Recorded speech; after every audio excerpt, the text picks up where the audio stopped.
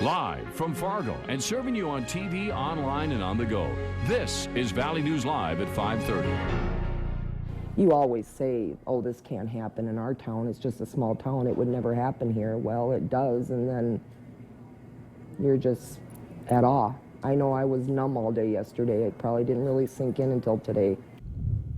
Multiple bullet holes through windows, shock and disbelief. That's what's left after a deadly shooting. People in the small town of Enderlin, North Dakota are reeling over how such a violent act could hit their quiet community. Good evening and thanks for joining us. Fargo police made the arrest late last night after the suspect called authorities and turned himself in. 28-year-old Paul Miller of rural Enderlin is now in the Cass County Jail on charges of intentional murder. Authorities believe Miller and the victim knew each other. The drive-by shooting happened early yesterday morning. 32-year-old Billy Holiday was killed while dropping off his young cousin. Valley News Team's Ashley Bishop spoke with the family and others in Enderlin about the murder. The small town of Enderlin is in shock that a murder would happen here. I spoke with the victim's aunt. She did not want to appear on camera, but tells us that the shooting happened quickly and it was surreal. She says that she was standing on top of these steps waiting for her 3-year-old grandson to come home when the shooting happened right down here on the sidewalk. I was entirely, totally shocked to hear about it. Yes, it's just hard to believe that a murder on the street would take place in our usually very quiet little town. Well, being that I know the family and I knew Billy and a lot of the family's close friends, I was totally stunned. It was hard to hear. Sauer says she works with Billy's aunt at the Trackside Cafe. Billy was a husband and father of 3 children ranging in ages 2 to 8 years old. Just an all-around good friend. He was very pleasant. I can't really say anything bad about him. The Ransom County Sheriff says the shooting was not a random act and that the 2 men knew each other. One community member says now is the time Enderlin must lend their support to both the Holiday and Miller families. This town is a very community-oriented, a friendly community, and a safe community, but these bad things that happen here can happen anywhere in any small town. I'm sorry to say that, but it's the truth. Many people in town are relieved that Paul Miller did turn himself in. Now, the Ransom County Sheriff's Department tells us that they are still investigating what led to this murder. In Enderlin, North Dakota, Ashley Bishop, Valley News Live. Coming up tonight on Valley News Live at 6, answers to the question of were drugs involved in this murder? There's a no travel advisory for the Northern Valley. The high wind and blowing snow are causing icy and hazardous road conditions for drivers, and they're dealing with near zero visibility at times. For a while this afternoon, the North Dakota Highway Patrol closed the southbound lanes of Interstate 29 near Drayton due to a crash involving 12 vehicles, but has since reopened. Now we're wondering when the wind will lighten up. Here's meteorologist Robert Hahn with a look at tonight's forecast. Robert?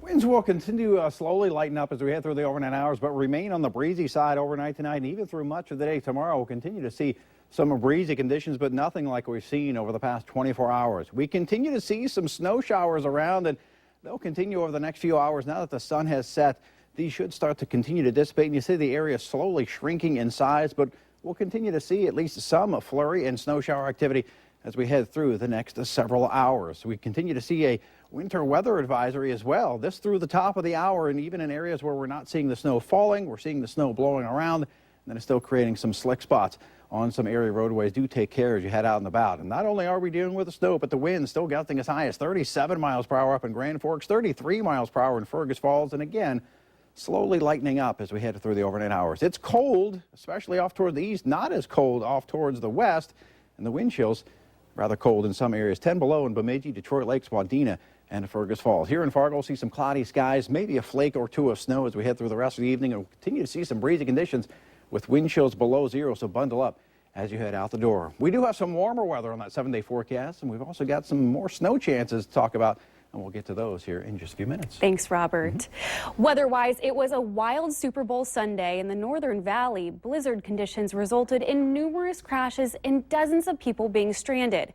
Valley News Team's Neil Carlson shows us how it looked and gets reaction from people who were stranded in the storm. As the Super Bowl played on, wind gusts were tearing through the Northern Valley Sunday night at over 50 miles per hour. Just 2.1 inches of snow measured at Grand Forks during the entire event. But combined with high winds, it was enough to make driving treacherous. By 8 p.m. Sunday, the State Patrol had responded to 7 crashes across northwestern Minnesota. One of those crashes with injuries but non-life-threatening. They also had another 20 calls for people who were stuck or in the ditch. An hour later at 9 p.m., Ben Lungus hit whiteout conditions on the north side of Crookston on Highway 2 while trying to drive to Grand Forks.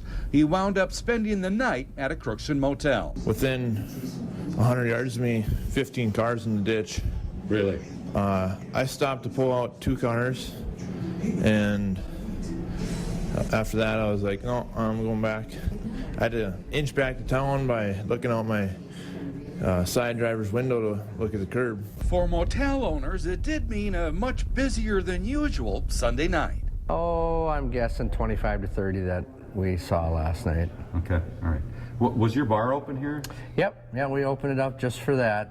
So you had plus Super the Bowl. Super Bowl, but yeah, okay. It's a nice little added benefit.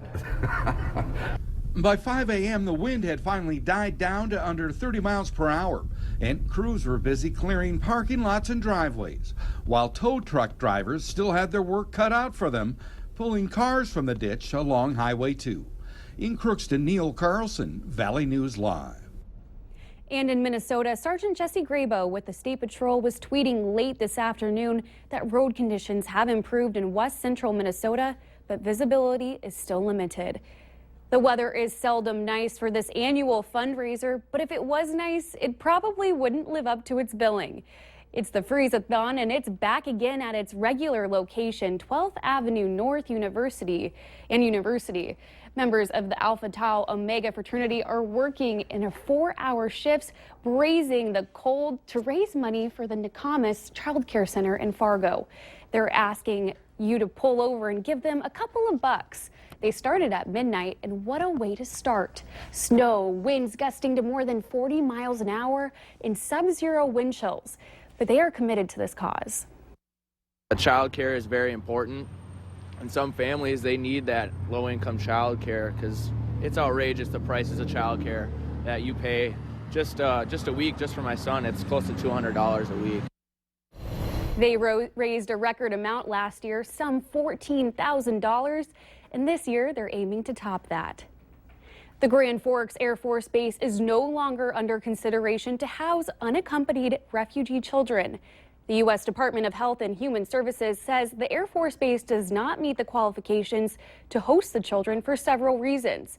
There's not enough space, it has never been used to house people, there are no windows, and it does not have the necessary infrastructure for dining and food preparation facilities. The Grand Forks Air Force Base was one among 6 others listed as a potential housing site. Law enforcement and other public safety agencies have a new tool in their collective belt to help protect you. It's a drone. The Clay County Sheriff's Department, the State Patrol, and Valley Water Rescue today are talking about the advantages of having this new piece of technology at their disposal. However, it's going to take a while before it's up and running. There's a permit to get and training to go through. Right now, you have to be a licensed pilot to run it. It could be 90 days. This is one of 4 drones public safety agencies will have available around here. There are 2 in Becker County and 1 in Douglas County. And we are told this Clay County drone will also be available for service across the river in Cass County. Questions and concerns have been raised over whether or not your child's privacy is being kept private. Google Apps for Education is a program used in both Fargo and Moorhead school districts. But local lawmakers are questioning the privacy policies and data collection on students by Google with this free software nationwide. Watch tonight on Valley News Live 10 at 10 to discover if our local schools are releasing that precious information on your kids to Big Brother. A major local company is helping make sure some of our kids get an extra boost when it comes to learning about science, technology, engineering, and math. American Crystal Sugar is honoring 6 schools with checks for $5,000 each. The schools had to go through an application process explaining how they would use the money to develop projects that fit certain criteria.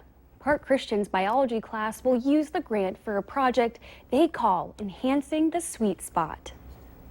So nice that industry is working with education, because industry needs all those STEM students. And that's why we do science projects, and we call them C-STEM. C for communication, and STEM, the science, technology, engineering, mathematics. Park Christian in Moorhead is one of the 6 schools earning the grants. The others are in Cavalier, Climax Shelley, Grafton, Hillsborough, and Stephen Argyle. 3, 2, 1. Woo, baby girl!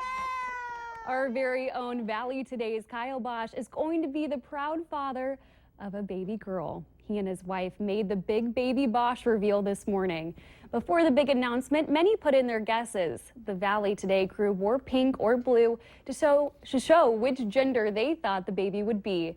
If you would like to watch the video, go to valleynewslive.com and click on this story.